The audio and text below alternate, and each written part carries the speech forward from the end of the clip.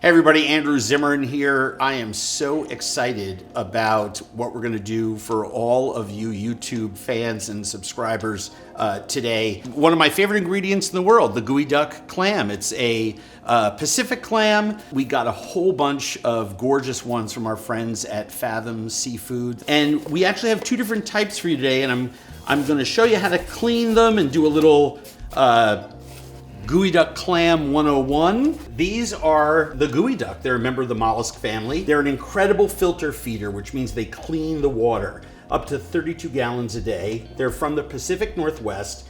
They're the world's largest burrowing clam, and that neck right there can extend up to 3 feet. And in fact, I've seen some that are longer, and I'll explain that to you when I clean one. They can weigh as much as 15 pounds. The oldest one ever found is 180 years old. You can see here, like tree rings, every year they add a different ring on their shells. You can figure out how old they are.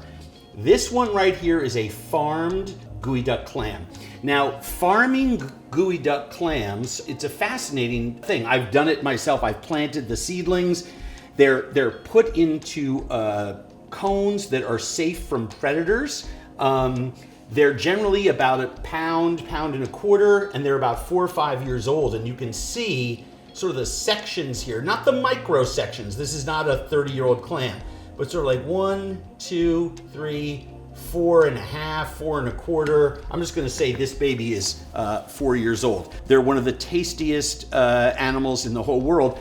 This is also a very sustainable product because they're all grown in wild areas. So kind of like a lot of the modern day oyster and clam farming, the seedlings are placed in the wild and then collected later on. This is a wild geoduck. Again, it's a very sustainable product because of how many eggs these things hatch.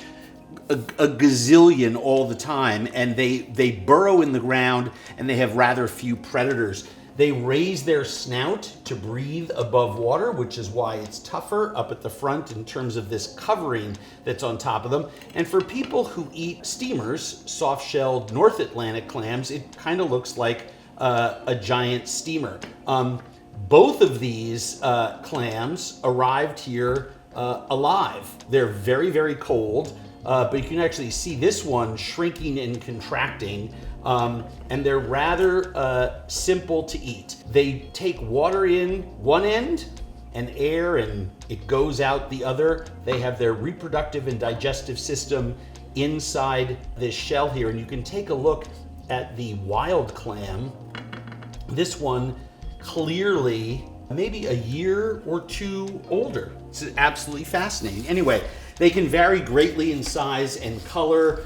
Geoduck farming and geoduck consumption in many parts of the world outpaces what we do here in the United States. People love this clam. It's sweet and delicious. Obviously, this is a extremely popular food for those that enjoy it, but I'm trying to get the rest of the world to enjoy it too. Kind of like what we did on Bizarre Foods.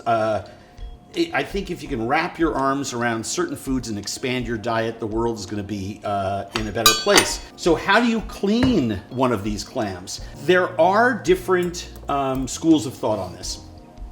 Some people will drop this clam into boiling water for 35, 45 seconds, maybe a minute, minute and a half, depends how cold they are. The shell pops open a little bit, and then you can slice on either side of the shell and remove the whole animal. And that 45 seconds or a minute in the water will allow you to slip off this covering that's on the snout of the geoduck. Now, let's talk about that covering. It's paper thin, you can see through it.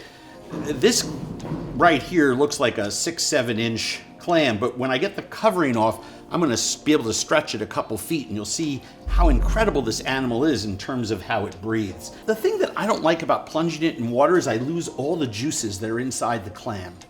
And sometimes, if you're working with a lot of them, it's extremely problematic for actually blanching some of the meat itself.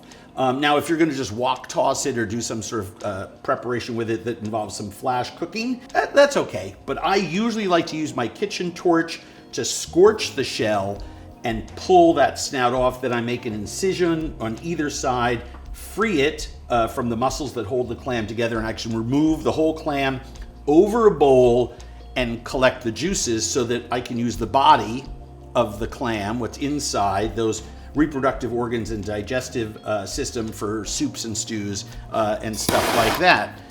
So, first thing that you want to do with your torch is blacken the skin.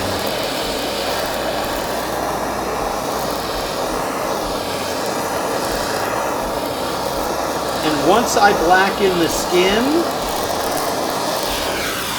I'm going to hold this over there. It's releasing moisture from inside. I want to collect that.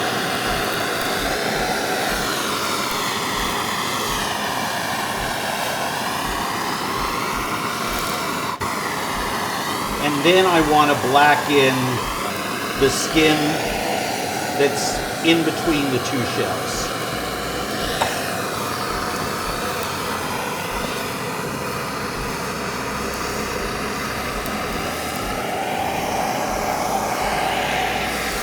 And the reason is I want to pull that skin off as well.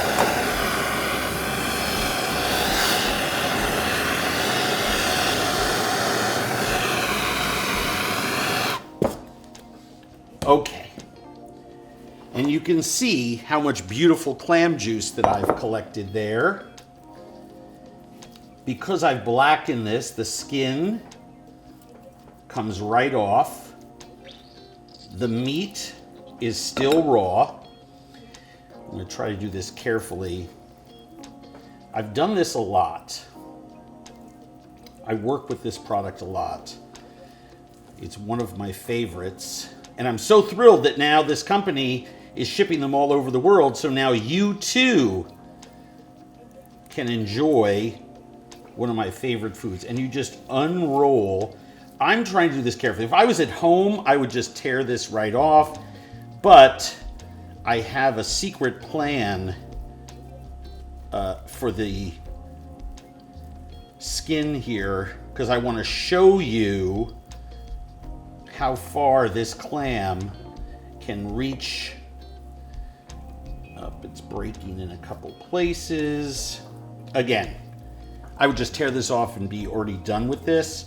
But I really do want to show you how far this animal can reach out of the sand to breathe. And I'm just unraveling this, like slowly taking off a sock or pantyhose. Okay, there's the geoduck. And remember, right, that's how big. But this stuff is so elastic. And this is a young one, and I've torn it in a couple places, so I don't really show you. But you can see, you can keep stretching this. So this 6-inch geoduck can actually rise out 2 feet out of the water. I mean, how incredible is that? I could keep going with this. I don't want to tear it for you. This may stretch to 2.5 feet, and that's on an animal that looks only 6 inches high in terms of the snout that's here. So, I mean, that's pretty incredible. Now, next thing that I want to do is I want to take my knife. I've done this a lot. I would suggest that you place this on the counter the first couple times you do it. This is a very soft shell and a sharp knife can actually go through it.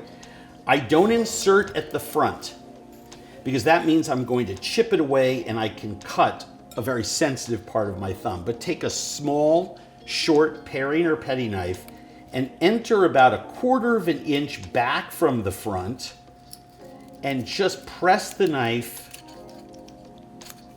against the strongest part of the shell. Then do the same on this side. Enter in a little bit behind the top of the shell. And I'm pressing against the top of it. I can actually feel the knife going through the abductor muscle. And you can see here on this side, I've not left much on the bone. I've done a nice job on this side. Once it's open, you can open this sort of like a butterfly, and you can see that abductor muscle at the front. Nick it now once it's open, much safer. Don't go into the front with a sharp knife, especially if you haven't worked with this animal a lot, right? I twist these away, then cut that abductor muscle at the back. You have these two shells. Yes, I will sometimes wash and scrub them in hot water and use them to serve salt or use them as dipping bowls with soy sauce and things like that for them. Here's the clam. This is the reproductive system and the digestive tract. Many people like to use them for soup and other things. And I typically freeze it with my juice. I'm gonna rinse this in cold water, and then I'm going to show you an incredible preparation or two that I think you're really gonna love, but that's in the next video. Thanks for tuning in. You wanna see what we do with this? No jokes, people. Stick around. We've got another video for you.